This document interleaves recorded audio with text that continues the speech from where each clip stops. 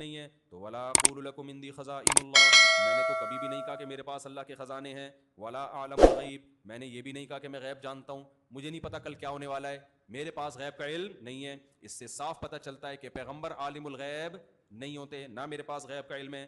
اس video میں جو یہ آیت کریمہ پیش کی گئی، قل لا اقول لکم عندی خزائن اللہ ولا اعلم الغیب، کہ اے محبوب تم لوگوں سے فرما دو کہ میں تم سے یہ نہیں کہتا میرے پاس اللہ کے خزانے ہیں، اور نہ میں یہ کہتا ہوں کہ میں غیب جانتا ہوں۔ اس آیت کریمہ سے یہ لوگ نبی پاک صلی اللہ تعالیٰ علیہ وسلم کے علم غیب کا انکار کرتے ہیں۔ نبی پاک صلی اللہ تعالیٰ علیہ وسلم کا جو علم غیب ہے وہ عطائی ہے، حادث ہے، اللہ تعالیٰ کا دیا ہوا ہے، اور یہ بات میں آج آپ کو اس ویڈیو میں بتانے والا ہوں۔ دیکھیے، کسی بھی آیت کا صحیح معنی اور مطلب جاننے کے لیے ہمیں قرآن پاک کی تفسیروں کو دیکھنا ضروری ہے۔ تو آئیے میں دکھاتا ہوں تفسیر۔ یہ ہے تفسیر بیضاوی، اور اس کے مصنف جو ہیں وہ 791 ہجری کے ہیں، یعنی آج سے تقریباً 700-800 سال پہلے کے، آج کے نہیں بلکہ 700-800 سال پہلے کے ہیں۔ وہ اسی آیت کریمہ کے تحت لکھتے ہیں ولا عالم الغیب، جو یہ قرآن پاک کی آیت کریمہ ہے، اے محبوب تم فرما دو کہ میں لوگوں تم سے یہ نہیں کہتا کہ میں غیب جانتا ہوں۔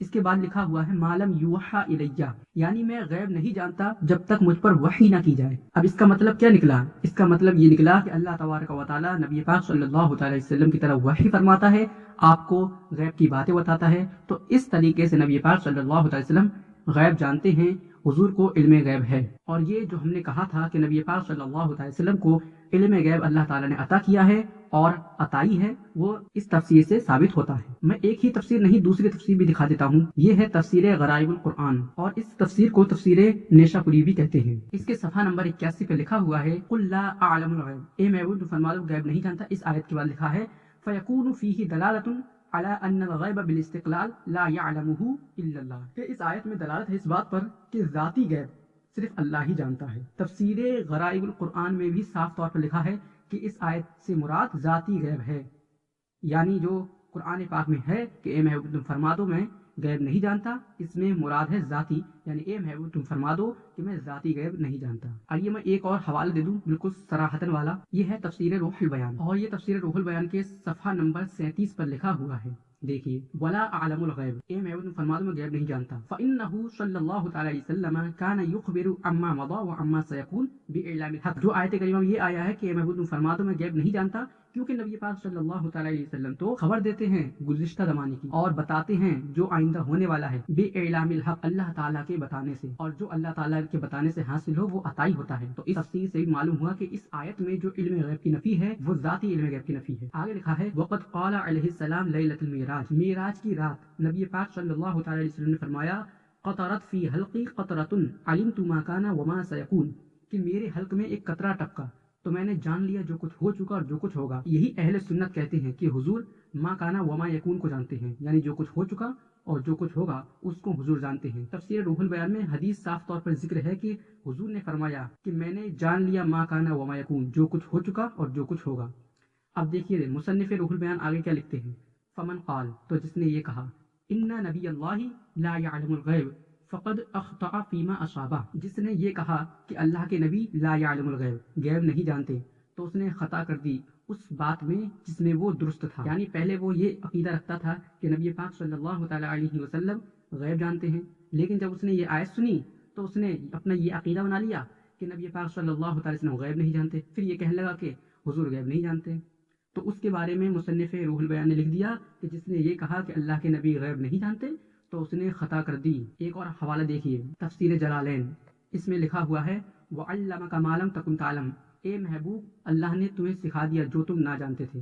کیا سکھا دیا؟ من الاحکام والغیب، احکام بھی سکھا دیا اور غیب بھی بتا دیا۔ اور تفسیر خازن میں دیکھیے وَعَلَّمَكَ مَا لَمْ تَكُنْ تَعْلَمْ، اس آیت کریمہ کی تفسیر کرتے ہوئے لکھتے ہیں وَعَلَّمَكَ مِنْ عِلْمِ الْغَیْبِ مَا لَمْ تَكُنْ تَعْلَمْ، اللہ نے تمہیں سکھا دیا اے محبوب علم غیب جو تم نہ جانتے تھے۔ بلکہ دیکھیے الیواقیت والجواہر، یہ جو کتاب ہے اس کتاب کو لکھنے والے مصنف 973 ہجری کے ہیں، یعنی آج سے تقریباً 600-700 سال پہلے۔ وہ دیکھیے کیا لکھتے ہیں، لکھتے ہیں فَإِنَّ لِلْمُجْتَهِدِينَ الْقَدَمُ الرَّاسِخُ فِي عِلْمِ الْغُیُوبِ، جو مجتہدین ہوتے ہیں، انبیاء کرام ہیں، پھر صحابہ کرام ہیں، تابعین وغیرہ ہیں، اور مجتہدین کرام ہوتے ہیں۔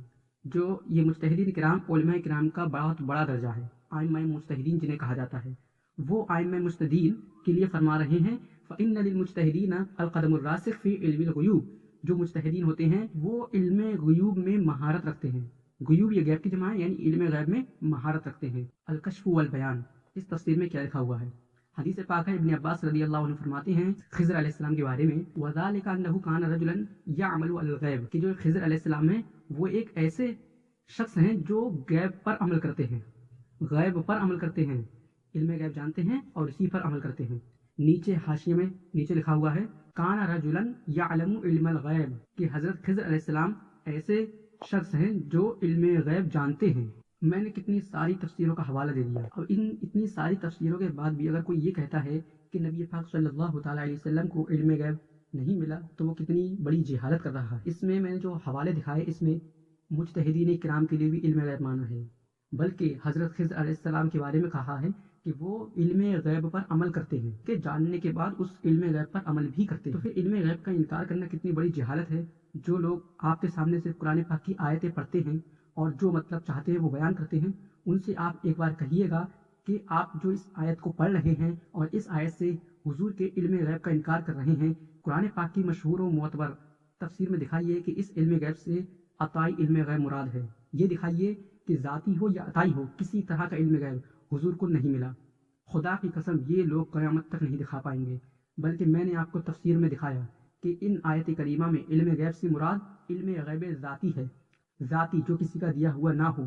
وہ علم غیب صرف اللہ تعالیٰ کو حاصل ہے، اور جو اللہ تعالیٰ اپنے محبوب بندوں کو، انبیاء کرام کو، رسولان اعظام کو عطا فرماتا ہے وہ علم غیب بے شک حق ہے اور قرآن پاک کی متعدد آیتوں اور تفسیروں سے ثابت ہے. اور میں نے ان تفسیروں میں اطلاع علی الغیب، اظہار غیب، اخبار غیب، انباء الغیب اس کے بارے میں بات نہیں کی ہے، بلکہ صراحتاً علم غیب کے بارے میں بات کی ہے. لفظ بھی دکھائے ہیں، کہیں علمہ الغیب آیا، کہیں یعلم الغیب آیا، کہیں علم الغیب آیا، کہیں بھی اطلاع علی الغیب، اظہار غیب، اخبار غیب نہیں آیا. تو جو لوگ یہ کہہ کر دھوکہ دیتے ہیں کہ نبی پاک صلی اللہ علیہ وسلم کو اطلاع علی الغیب تھی، اظہار غیب، اخبار غیب تھا، علم غیب نہیں تھا، وہ بے شک حق پر نہیں دیا. اور میں نے جتنے بھی حوالے پیش کیے ہیں اس میں اطلاع علی الغیب یا اظہار غیب یا اخبار غیب یہ نہیں ہے، بلکہ علم غیب ہے، یعلم الغیب، علم الغیب، اس طرح کے جملے ہیں. یعنی علم غیب ہے، اخبار غیب وغیرہ نہیں ہے. حالانکہ اطلاع علی الغیب، اخبار غیب، علم غیب وغیرہ یہ سب ایک ہی ہوتے ہیں. لیکن آج کل وہابیوں نے نبی پاک صلی اللہ تعالیٰ علیہ وسلم کے علم غیب کا انکار کرنے کے لیے یہ نیا طریقہ نکالا ہے. تو اس کا رد بھی علم غیب کا صراحتاً لفظ ذکر کر کے کر دیا گیا. میرا اور کوئی غیب کیا